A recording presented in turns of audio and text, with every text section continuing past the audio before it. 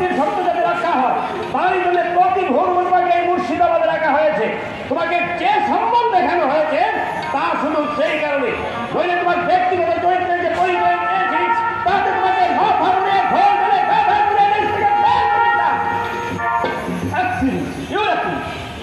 তুমি প্রস্তুত হও। আমি জানতাম না আমাদের কি অপরাধ। তোমাদের অপরাধ সভ্যতা শিষ্টাচারের সীমা তোমরা অতিক্রম করেছ। পন্থা তোমাদের আকাশ স্পর্শী হয়ে উঠেছে শুধু শান্তি ভঙ্গের আশঙ্কায়। আমি এতদিন ভদ্র ব্যবহার করে এসেছি, কিন্তু ভদ্রতা আপনার অভিযোগ বুঝিতে পারলাম না। বুঝিয়ে আমি নিচ্ছি। বলছি এক বিরাল ওয়াটসনের পত্র।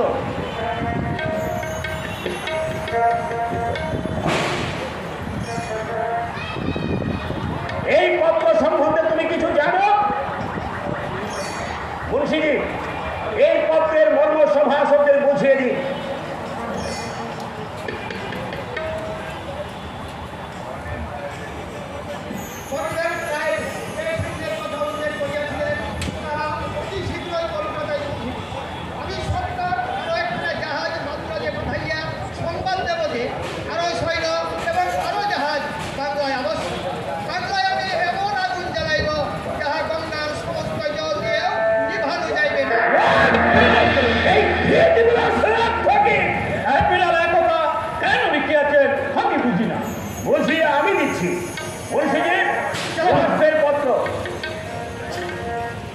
আপনি পরে ওর হাতে দেবেন না। আচ্ছা, ওকে তো দেখে বলতে পারো যে তোমার হাতের লেখা নয়? হ্যাঁ হ্যাঁ, আমি লিখে আছি। বলুন মুন্সিজি।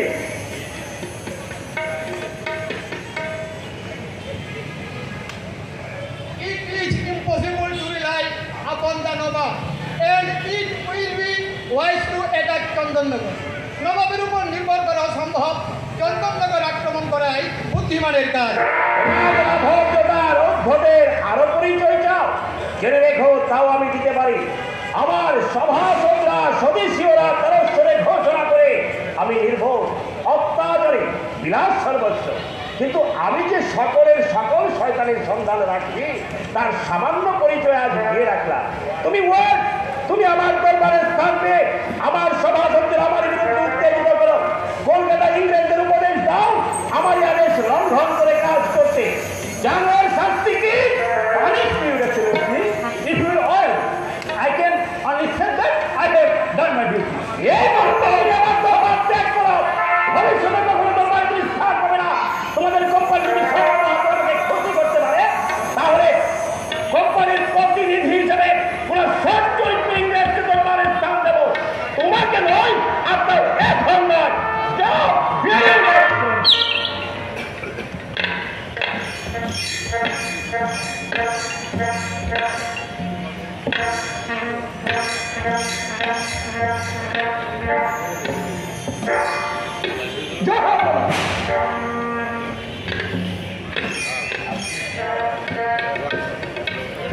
আপনি যেন কি বলার জন্য বেকুল হয়ে উঠেছিলেন রাজা? এখন সে কথা নীরব। জানেন তো আমাকে কোনো কথা বলে লাভ নেই। সর্বচিকিৎসার বাইরে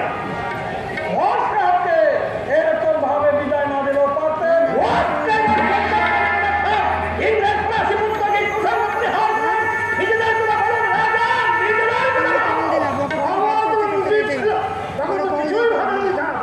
সেই অপরাধ কি বারবার আমি স্বীকার করিনি?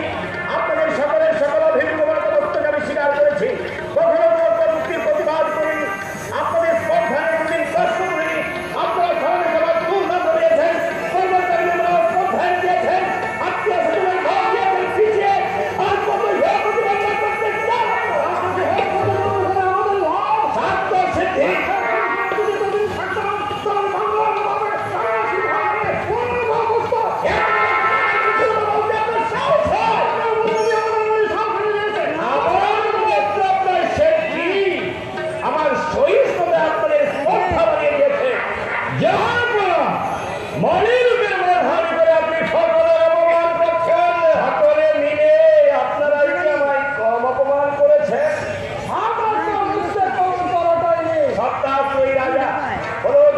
এই সিংহাসন আরোহণ করার পরে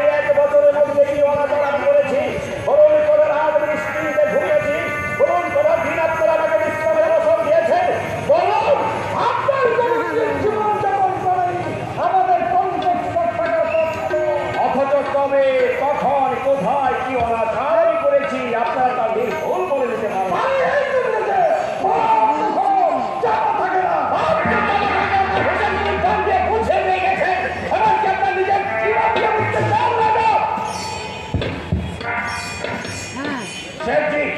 জাফর আলী খাঁ, আপনাদের শ্রদ্ধেয় বন্ধুর মুখের দিকে তাকিয়ে দেখুন।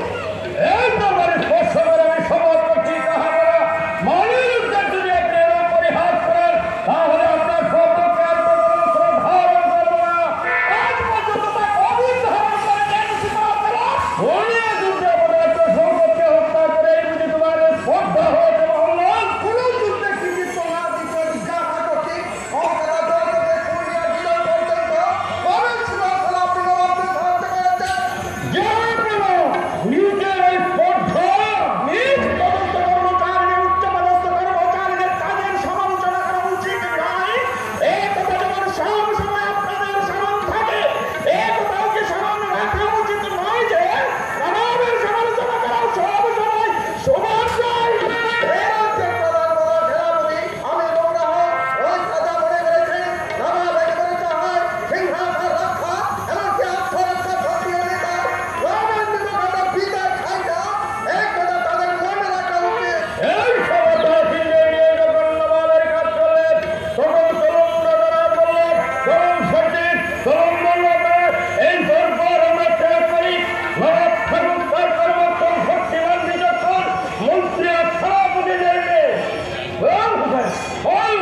আর মোহাম্মদ দাবিতে করে রয়েছেন, তখন আর ভাবনা কি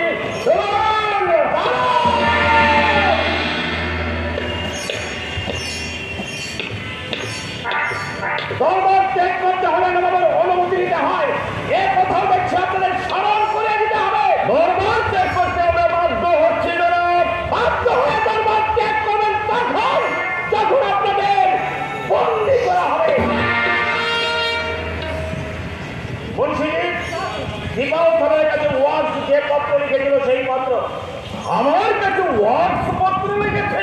হ্যাঁ নবাবের দীপাল খানা খোঁজা পিট্রোল মারফত ওয়াজ এই পত্রখানি আপনারই উদ্দেশ্যে প্রেরণ করেছিলেন, কিন্তু আপনার ভাগ্যবশত সেই পত্র আমাদের হস্তগত হয়েছে।